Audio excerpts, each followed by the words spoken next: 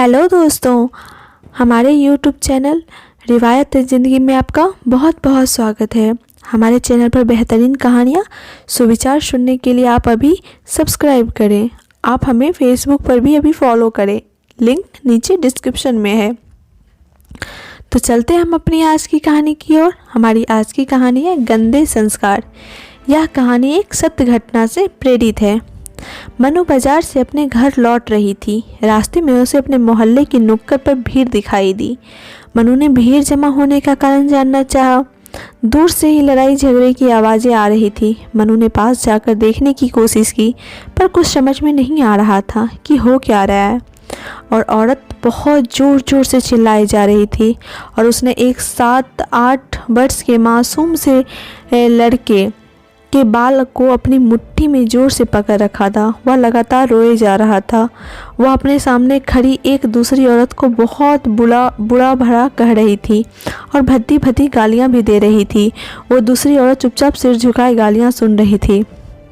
पास में ही खड़े एक अधेड़ उम्र के आदमी ने कहा कि इस लड़के को पुलिस में दे दो। दूसरे नवयुवक ने कहा कि इस बच्चे को डरा धमका कर छोड़ दो, चेतावनी दे दो, फिर से अगर यह गलती करे तो उसे पुलिस में डाल देना। मेरी तो यह समझ में नहीं आ रहा था कि इतना छोटा बच्चा ऐसा घटिया हरकत कैसे कर सकता है। एक बुजुर्ग ने कहा, सब मोबाइल का असर है। दूसरे बुजुर्ग ने कहा, हाँ भाई साहब, मोबाइल ने सबको बिगाड़ रखा है। एक औरत ने कहा, मोबाइल का क्या दोष है भाभी जी, अगर सही तरीके से यूज़ किया जाए तो उसके फ़ायदे ही हैं। अगर आग खाना पकाने के लिए भी काम आती है, लेकिन सही उपयोग नहीं किया जाए तो घर और मोहल्ला भी जला सकता है।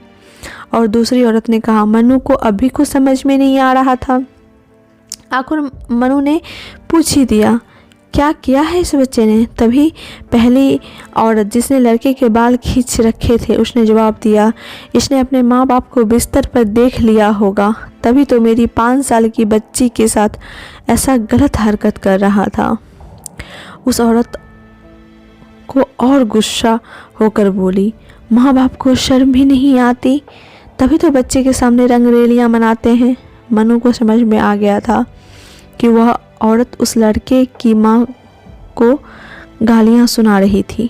मेरी नज़र उस छोटी सी मासूम बच्ची पर भी पड़ी जो अपनी माँ के पीछे सहमी डरी खड़ी हुई थी। इतने में एक महिला पुलिस अधिकारी भी आ गई और उन्होंने दोनों बच्चे को और उनकी माँओं को पुलिस स्टेशन ले गई। अगले दिन लोकल अखबार में यह घटना की खबर आई कि एक चाइल्ड काउंसलर की मदद से पता चला है कि लड़के ने अपने माँ बाप के निजी पलों की वीडियो अपने मोबाइल में देख रखी थी।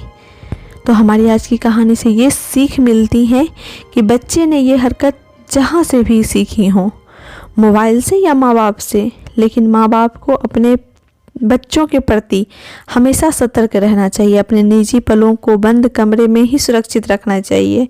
अपने मोबाइल में कभी भी और बच्चे मोबाइल पर क्या करते हैं और घर के बाहर निकल कर क्या करते हैं, इस पर नज़र रखनी चाहिए। हमारी कहानी को धैर्यपूर्वक सुनने के लिए बहुत बहुत धन्यवाद। आपको आज की कहानी कैसी लगी, आप हमें कमेंट करके ज़रूर बताएं। धन्यवाद।